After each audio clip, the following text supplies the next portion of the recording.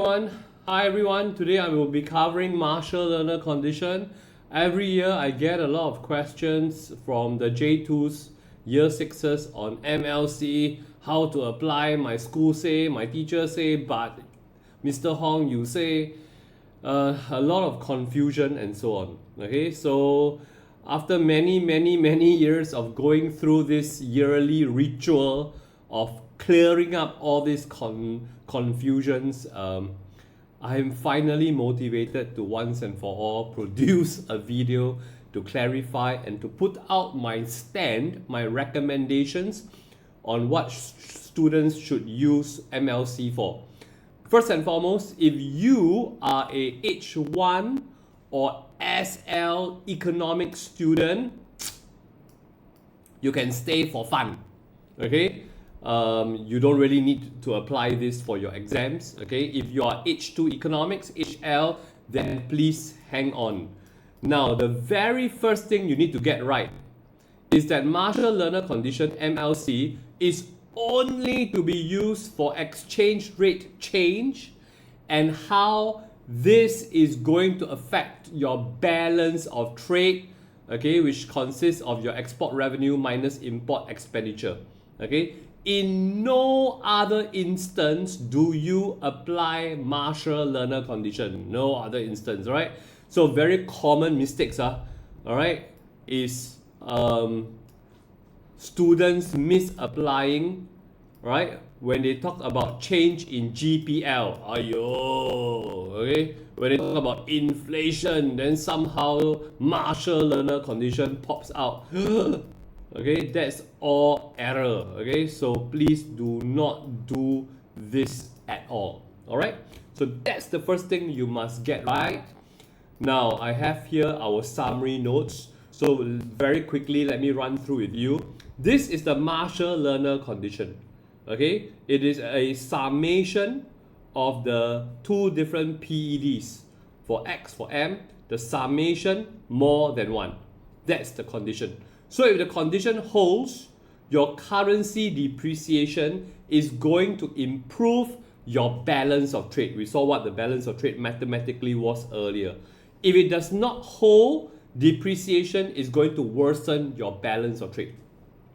Okay, it is as simple as that. And yes, you may have a question. What about if it is an appreciation? It is the same except in the opposite direction. So if MLC holds, currency appreciation will lead to a worsening of the balance of trade. If it doesn't hold, your currency appreciation will then improve your balance of trade. Okay, it's just the opposite. Now, do note, right? It is about the sum of the elasticities being more than 1. So even if individually they are both less than 1, i.e., right, demand for exports price inelastic, demand for imports price inelastic, it is still possible for Marshall-Lerner condition to hold. Right? So even if individually less than 1, individually price inelastic, MLC can still hold. Okay, so that's a point to note. Okay, so you need to be very low, like 0.3, 0.3. Then the Marshall-Lerner condition will not hold. Okay, so it's not too difficult, in other words, for the Marshall-Lerner condition to hold. Not too difficult. Okay, so some of these details you can read up on your own. Now, J curve. This is not something that JC A-level students must draw. Alright, but what I'm going to explain to you, it is kind of good for you to be able to relate it to this curve anyway. For IBers and of course HL, okay, J curve is something that you must be able to draw and explain. So here goes. Alright, when the currency depreciates, actually domestic buyers have lesser purchasing power. Okay, lesser purchasing power where foreign goods are concerned, because the price of imports in terms of domestic currency is going to increase, your currency is weaker, imports become more expensive, and you will essentially be buying lesser imports. Okay, run through this logic, it is the opposite for foreigners, okay, and they're going to be buying a lot more of your exports. Okay, but do note here, these are just quantities. These are just quantities, right? for you to be able to link to balance of trade, you need revenue, you need expenditure. So they are P times Q, P times Q, okay?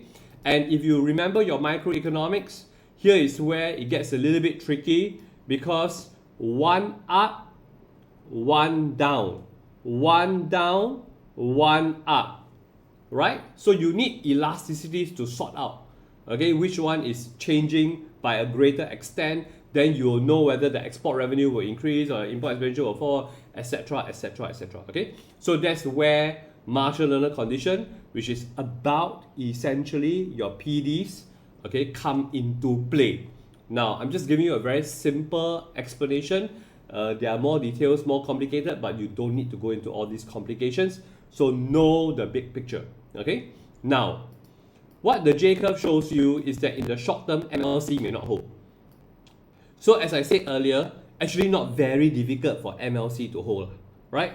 But in reality, in the short term, and this could be like 3 months, 6 months, it may still not hold. And there are a few good reasons why. For example, there may be fixed contracts that importers and exporters are locked into. So they cannot respond to the price change, okay? Not responsive, right? So the quantity demanded can't really respond, even though imports now are more expensive, even though the exports now are cheaper, but they can't really respond to this change in prices because they are still in the contract and they have to fulfill the contract, okay? Also, consumers may take some time to adjust to the price changes. Perhaps this is due to some degree of habitual consumption. They are very used to buying the bananas from the Philippines, okay, and then now switch to bananas from India. It is cheaper, but okay, it takes some time for them to also change their consumption patterns. So for these reasons, in the short term, MLC may not hold, and therefore your balance of trade worsens, i.e., if you initially have a deficit, now it becomes larger. So the diagram shows you here, all right, you start off with a current account or balance of trade deficit, and so the central bank or the government may want to pursue a currency depreciation. But if the MLC does not hold, they pursue a currency depreciation, it will end up worsening the balance of trade in the short term. And then hopefully in the longer term, things are going to get better. So in the longer term, over time, as fixed contracts expire, MLC holds, then the balance of trade current account is going to improve, the deficit may get corrected. So the idea of the J curve, okay, things get worse before they get better. Might be true for your economics grades as well. So here you go. Things get worse, more negative, before they get better. All right. Now, so having understood this, the other set of confusing territory is this. Does the MLC apply to aggregate demand? Is it relevant to the aggregate demand? Okay, now, first and foremost, okay, if you are SL and if you are H1 and you're still hanging around, okay, then definitely the fact that you don't learn a Marshall-Lerner condition, okay, then you know, right, how you're going to apply MLC to the analysis of aggregate demand, okay? And here again, I am talking about a change in the exchange rate and how it affects the aggregate demand, okay, mainly through your net exports component, okay? So if you are SL H1 students, then it's a no-brainer, okay, you will answer right? No, okay, and we will have a way to talk about how exchange rate changes your net exports and therefore changes your AD, okay, and I'll share that with you later. Now, what about if you are HL H2 student? So my first answer to you is don't bother. That's my first answer to you, okay, and therefore do it like what a SL or H1 student would do, and this is how I would do it.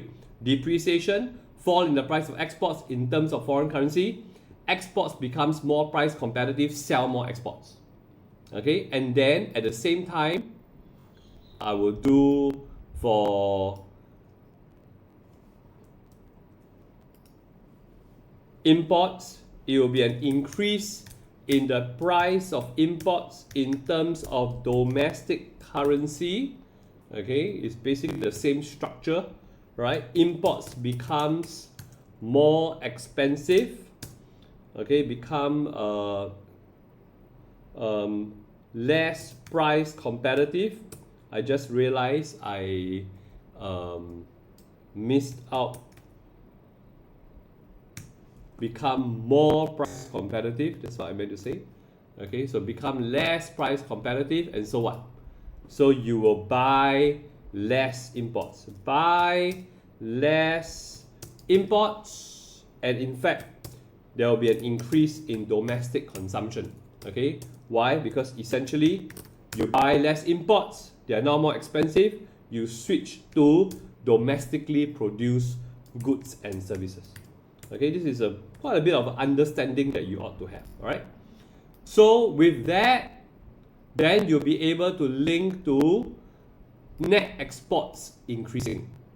So from here, okay, it is your net exports increasing. So from here, we go to increase in the net exports component of your AD, okay, which is very similar to your balance of trade, but not identical. Okay, and that's where it gets complicated as well. Okay, and the rest you know already. Okay, dot dot dot. So if it is an appreciation, same structure, okay, opposite direction, okay, and you will get fall in net exports, fall in AD. So this is what I recommend. Okay, whether you are SL, HL, H1, H2, this is the standard explanation of how exchange rate change should affect aggregate demand. Okay, this is what I recommend for all my students. Now, then you may say, but in school we learn a little bit different. Again, that will apply for H2, HL students. Possible. Okay, in school you may be taught to also use the Marshall-Lerner condition. Okay, it gets quite complicated. Now I'm not going to run through the appreciation version. Okay, you know it's just the opposite direction. It gets a little bit complicated. So here's where I would say my recommendation is this. Generally, do not use MLC for aggregate demand. Okay, and there are reasons, but we try not to go into those reasons. Complicated territory. So number one, okay, just don't use the MLC for aggregate demand. Okay, now with an exceptional scenario. Okay, as you know, from time to time you may want to insert some eval points, right? They are like counter points, they are like rebuttal points. Okay, so if you really cannot find anything else to evaluate your above explanation, which is quite sad lah. Okay, if you are in my tuition program, you should be able to generate quite a number of eval points. But if you so cannot, right, so desperate, then fine. Okay, then you can consider an eval that is based on MLC. Okay, and this is how I will do it. Exact effects, which means what we explained above, the exact effects may depend on whether the Marshall-Lerner condition holds. If it does not hold, then the depreciation may cause the AD to fall instead. Okay, so of course you must specify also what the MLC is. Okay, dot dot dot, and then say that it may cause the AD to fall instead. Okay, so I repeat, generally don't use MLC for aggregate demand. MLC only used for balance of trade. But if you are so desperate, you need an evaluation point which you don't have, then okay, last resort. Okay, it may still be accepted. Okay, now I also want to make one more final caution. Now you see Marshall-Lerner condition, right? As you have seen earlier. Let me go up. Okay, it is this term, right? This term, PDX plus PDM. When you apply MLC, okay, you must refer to the balance of trade as a whole. Okay, you do not refer to export revenue and say that export revenue increased. You do not refer to import expenditure and say import expenditure fall. No. Okay, it should be quite intuitive, right? When you are referring to the MLC, okay, it must link to balance of trade as a whole. Okay, you cannot link this and then individually say this one will increase, no, and then say this one will fall, no, cannot. Okay, and there are more complicated mathematical aspects to it, but okay, we try not to go there. Okay, so remember, use of MLC, you must talk about the balance of trade as an entire term and not the individual components, how they change. No, you must talk about this. Okay, this improving, for example.